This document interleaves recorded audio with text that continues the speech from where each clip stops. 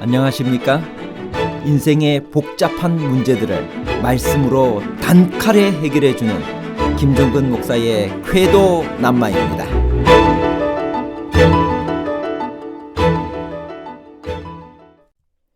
만일 고린도전서 15장 29절의 성경절을 죽은 자들을 위하여 침례를 받을 수 있다고 해석한다면 두 가지 심각한 문제가 발생합니다.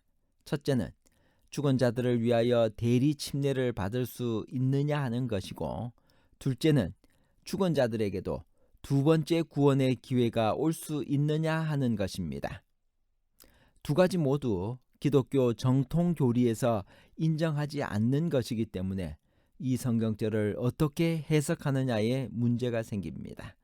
성경은 죽은 자를 위해서 침례받으면 다시 회개할 기회가 있다고 가르치나요? 아니면 이미 영원히 운명이 결정되었기 때문에 죽은 자를 대신하여 하는 어떤 행위도 인정하지 않나요?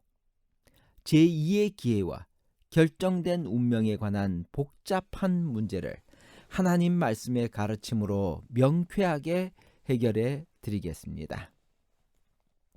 예수님께서 부활 후 누구에게 나타나셨나요? 예수님의 부활을 목도한 많은 사람을 예로 든 바울의 목적은 무엇인가요?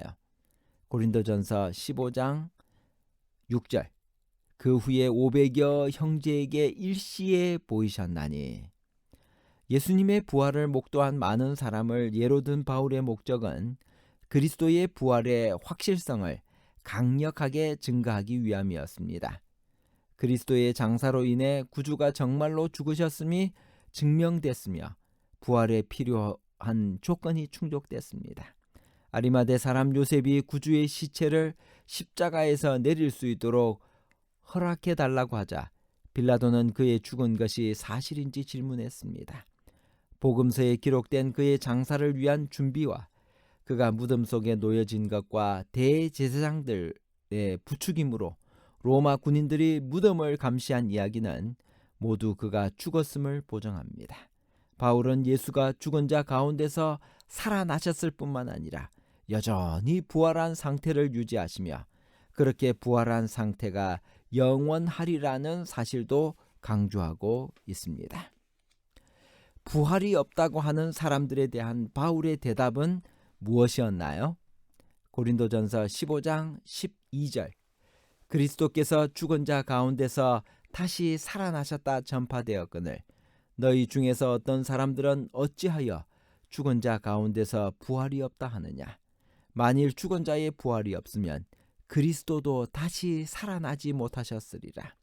그리스도께서 만일 다시 살아나지 못하셨으면 우리가 전파하는 것도 헛것이요 또 너희 믿음도 헛것이며 또 우리가 하나님의 거짓 증인으로 발견되리니 우리가 하나님이 그리스도를 다시 살리셨다고 증언하였습니다. 만일 죽은 자가 다시 살아나는 일이 없으면 하나님이 그리스도를 다시 살리지 아니하셨으리라. 만일 죽은 자가 다시 살아나는 일이 없으면 그리스도도 다시 살아나지 아니하셨으리라. 만일 죽은 자의 부활이 없다면 그리스도께서 다시 사신 것도 없었을 것이고, 그렇다면 우리의 믿음도 헛된 것이고 우리는 세상에서 가장 불쌍한 자라는 것이 바울의 주장입니다. 아무리 죽음 직전의 일이 훌륭해도 부활이 없다면 그 모든 것이 아무것도 아닌 것입니다. 죽은 자들을 위해서도 침례를 받을 수 있나요? 고린도전서 15장 29절, 만일 죽은 자들이 도무지 다시 살아나지 못하면 죽은 자들을 위하여 침례를 받는 자들이 무엇을 하겠느냐? 어찌하여 그들을 위하여 침례를 받느냐? 성경은 다른 사람의 구원을 위하여 대신 침례를 받거나 어떤 공로를 끼쳐주는 것을 인정하지 않고 있습니다. 에스겔은 에스겔 14장 14, 16, 20절에서 다음과 같이 말합니다. 비록 노아, 다니엘, 욥 이 세 사람이 거기 있을지라도 그들은 자기의 의로 자기의 생명만 건지리라. 나주 여호와의 말이니라 라고 말했습니다. 이 성경절을 정통 교리에 어긋나지 않게 해석하기 위하여 몇 가지 시도가 있었습니다. 첫 번째는 그 당시 실제로 죽은 자들을 위해서 침례를 받은 사람들이 있었다는 주장입니다. 바울은 그 관습의 옳고 그름을 떠나서 단지 부활의 확실성을 증명하기 위하여 그 당시 사람들의 관습을 이용했다는 것입니다. 즉 바울은 이렇게 말했다는 것입니다. 너희들은 죽은 사람을 위하여 침례를 받고 있지. 만일 죽은 자의 부활이 없다면 너희들은 무엇 때문에 죽은 자를 위하여 침례를 받느냐? 그러므로 너희들도 부활을 확실히 믿고 있는 것이 아니냐? 그러나 이런 설명의 난점은 그 당시 고린도에 그런 관습이 있었다는 어떤 증거도 확보할 수 없다는 것입니다. 그리고 아무리 부활의 확실성을 드러내려는 목적이라고는 하지만 바울이 그런 잘못된 관습을 예로 들어 부활을 설명할 이유는 없다고 생각됩니다. 두 번째 해석은 여기에 나오는 침례를 고난의 침례로 해석하는 방법입니다. 즉 부활이 없다면 지금 죽어있는 자들이 살아있을 때 그들을 인도하기 위하여 고난의 침례를 받은 사람들의 모든 수고는 헛것이 되지 않겠느냐. 어찌하여 저희를 위하여 고난의 침례를 받았겠느냐. 저희가 비록 죽어도 다시 부활할 것을 믿었기 때문이라는 것입니다. 그러나 이 설명도 전체적인 문맥으로 보아 무리가 따릅니다. 세 번째 해석은 헬라어를 살펴보는 것입니다. 만일 죽은 자들이 도무지 다시 살아나지 못하면 죽은 자들을 위하여 침례를 받는 자들이 무엇을 하겠느냐? 어찌하여 저희를 위하여 침례를 받느냐라는 말씀을 죽은 자들을 위하여 침례를 받을 수 있다고 해석한다면 두 가지 심각한 문제가 발생합니다. 첫째는 죽은 자들을 위하여 대리 침례를 받을 수 있느냐 하는 것이고, 둘째는 죽은 자들에게도 두 번째 구원의 기회가 올 수 있느냐는 것입니다. 두 가지 모두 기독교 정통 교리에서 인정하지 않는 것이기 때문에 이 성경절을 어떻게 해석하느냐에 문제가 생깁니다. 죽은 자를 위하여 침례를 받는다 해서 위하여에 해당하는 헬라어는 휘페르인데 이 전치사는 위하여, 대신하여, 때문에 등으로 해석할 수 있습니다. 만일 휘페르를 위하여나 대신하여라고 해석하면 죽은 사람을 위하여 침례받는 것이 되어 문제가 해결되지 않습니다. 그러나 때문에라고 해석하면 해결의 실마리가 풀립니다.